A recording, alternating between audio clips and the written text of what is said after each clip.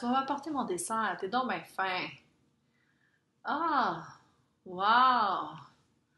Tu m'as donné une moitié de biscuit. Hmm, c'est généreux.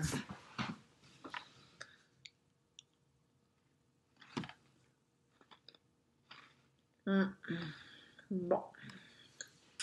Bon, en tout cas, j'ai mangé mon dessert. Je suis rassasiée.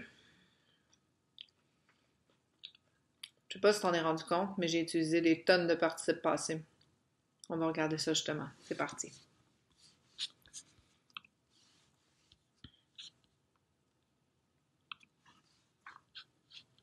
Alors, les accords des participes passés.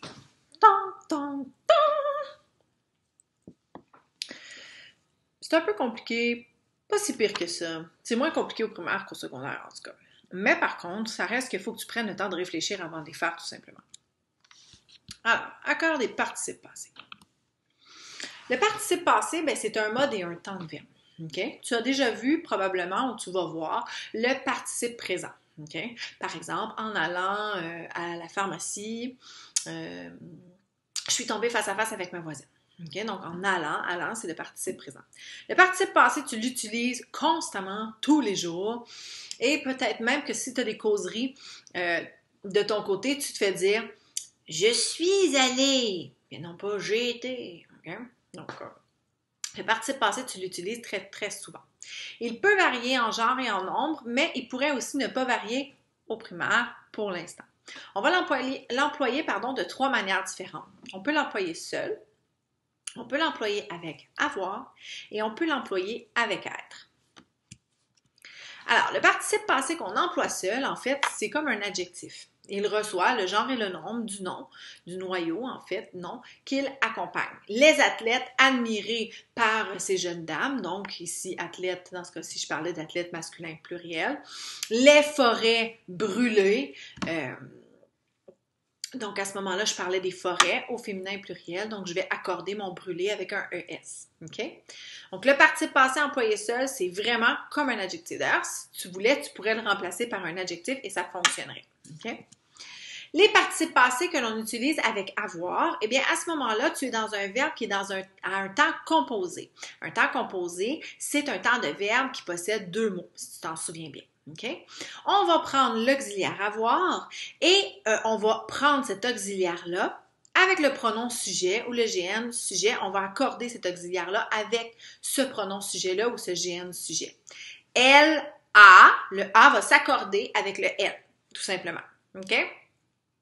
Pour ce qui est du participe passé, on ne l'accorde pas. PPA, on ne l'accorde pas.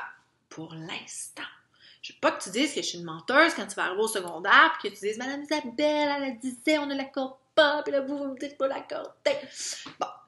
Il va s'accorder seulement si le CD est placé devant, OK? Mais ça, je le vois pas avec toi parce que c'est une notion que tu vas travailler au secondaire. Nous, dans le fond, on se concentre plus à voir c'est quoi un CD et comment bien l'identifier, OK?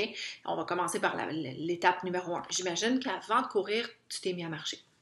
Donc, pour l'instant, un participe passé avec l'auxiliaire avoir, tu identifies ton auxiliaire, tu accordes cet auxiliaire-là avec son pronom sujet ou son GN sujet, puis pour ce qui est du participe passé, le verbe qui est à côté, tu ne l'accordes pas, tout simplement. Okay? Donc, par exemple, les joueurs ont gagné le tournoi de hockey. Le « ont gagné », c'est ton verbe à un temps composé, c'est un participe passé avec le verbe avoir. Le verbe avoir, tu vas l'accorder avec les joueurs, troisième personne du pluriel, OK? Et le gagner, tu ne l'accorderas pas. Par contre, tu vas l'écrire avec un E accent aigu parce que tu peux le remplacer par un autre verbe, disons, ont mordu, OK? À ce moment-là, un autre participe passé qui serait comme accordé, qui ne serait pas ER, OK? Donc, tu ne l'accordes pas.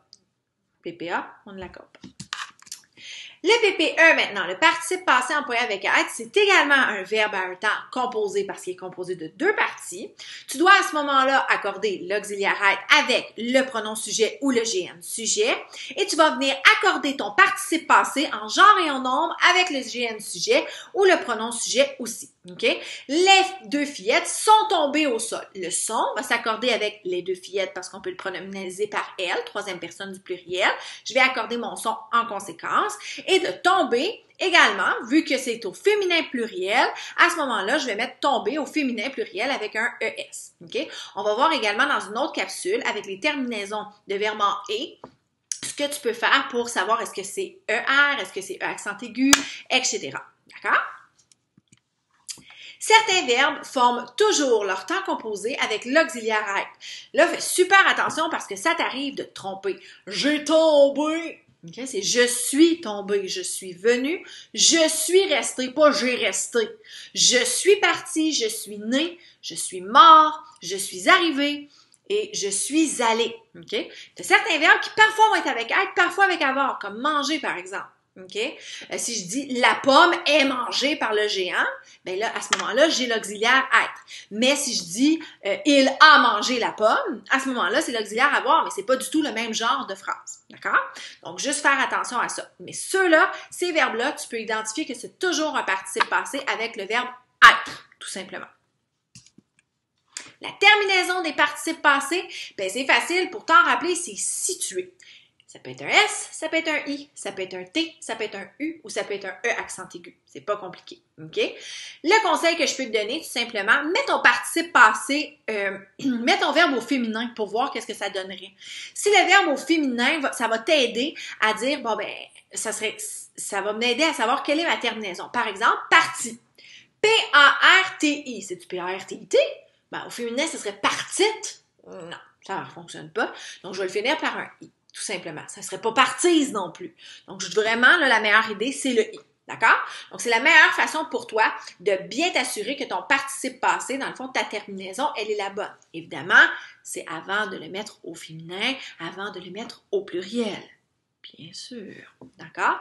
N'oublie pas de regarder également la capsule sur les terminaisons des verbes en « et » pour venir voir un petit peu l'opposition entre le participe passé et l'infinitif, par exemple. Puis, voilà, j'espère que ça t'aide un petit peu avec les participes passés. Évidemment, c'est très bref. Tu vas probablement faire beaucoup d'exercices en lien avec ça et en écrire énormément dans tes situations d'écriture. Prends le temps de te questionner avec quel genre de participes passés tu deals, mais tu es en train de travailler. Donc, voilà. Puis, sur ce, ben, je vais aller voir s'il n'y aurait pas l'autre moitié du biscuit, là, moi, parce que je ne suis peut-être pas vraiment rassasiée, on va se le dire. Salut! Hey, l'autre moitié du biscuit est où? Ah, tu l'as mangé? Ben oui. Ah, il n'y en a pas de problème.